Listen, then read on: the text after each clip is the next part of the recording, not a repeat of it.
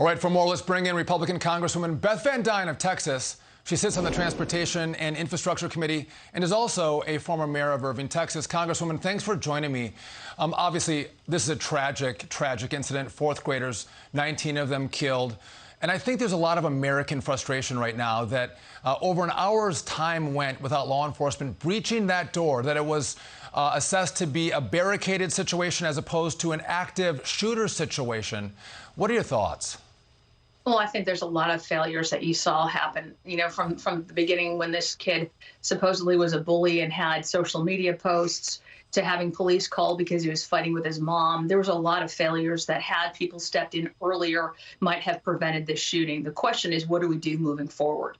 They have shown study after study after study that shows if you have a student resource officer that's on campus, that is armed, that could perhaps stop that shooter before he ever even enters the school, that's the best way to be able to prevent this kind of a shooting. That door should never have been propped open. That door should have been locked. We've got protocols in place, but if they're not followed, expect more of this to happen. Congresswoman, you're right. We can have all the protocols in the world, but if you don't follow the protocol, bad things can happen. And I watched Lieutenant Governor of Texas, Dan Patrick, yesterday say, yes, it was a mistake the teacher propped the door open. However, even if the door's shut, it doesn't automatically lock. So unless there's a physical action of locking the door, there's not automatic locks on the door to keep these kids safe. Well, absolutely. And this is one of those things, it's best practices, and we can look at what those are. But, there was a bill that was in the Senate last week that Chuck Schumer blocked that was looking at ways of sharing those best practices at schools to keep them safer with other school districts across the country. Democrats have one tool in their toolbox, and when you only have a hammer, everything looks like a nail. Their tool is control. Their tool is to remove our independent rights, our individual rights, and that's what you see with this situation here, and why so many of my Democrat colleagues seem to be, pumping that narrative that this is all about gun control. There were so many failures that happened here. Let's harden our soft targets. Let's look at ways that could actually have prevented the shooting instead of politicizing it and making it about the party as opposed to actually solutions. I think a lot of Americans look and say, well, the Congress just sent $40 billion to Ukraine. How much money do we send to our schools nationwide to keep our kids safe? And there should be a conversation about that, all with the backdrop that we have a massive $30 trillion debt, but we should have priorities. But isn't there something else at play here, Congresswoman? We have a society where we've taken God out of culture.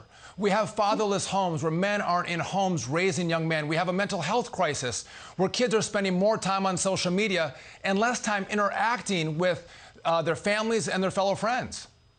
Well, you've got a lot of kids right now that are growing up in single family or single parent households. And when I say single parent, for the majority, it's moms. Fathers have exited the situation where you used to have back in the 70s, you had, 7 to 9% of children were born into one, single parent households. It's now over 40%. You've got kids who are spending their time instead of with friends and outside on social media. You've got kids who have shown if you don't have a father in their life are much more likely to have mental health issues, to have drug abuse, to drop out of school, to be lower in socioeconomic wealth. All of those have been proven. Why are we not having that conversation? Why are we not looking at ways that the government, the federal government, has actually incentivized these single-family homes? Where back when we started, increasing welfare, increasing entitlement programs, we were actually paying single moms to not have fathers in the home. Those are conversations that we need to start having. And I think it's just lazy politics right now to just talk about gun control without looking at the solutions that actually would have led up to preventing this. I want to ask you one last quick question, because there's a lot of conversation today about the role of social media, because this shooter, Ramos, posted a lot of things online that would have been an indicator that he was going to take drastic, horrible action. I don't know that the role is of social media, but the people who are online interacting with this young man could have actually tipped people off that he was deranged and going to commit violent acts. Whatever happened to, if you see something, say something, and it may not be in your community, but it might be online? I think we as a society have gotten very complacent. We don't think of these things ever happening to us. We don't think of how we could be able to prevent it. And we all need to be much more diligent in what we can do. This shooter's interactions with his teachers, with police, with his parents, with his fellow schoolmates, with people online. There were red flags around this kid everywhere, and yet nobody seemed to have done anything about it. So right. Okay, stay with us right there. We'll have more with Congresswoman Beth Van Duyne of Texas in just moments as we look ahead on Sunday Morning Futures. I'm Steve Doocy. I'm Brian Kilmeade. And I'm Ainsley Earhart. And click here to subscribe to the Fox News YouTube page to catch our hottest interviews and most compelling analysis.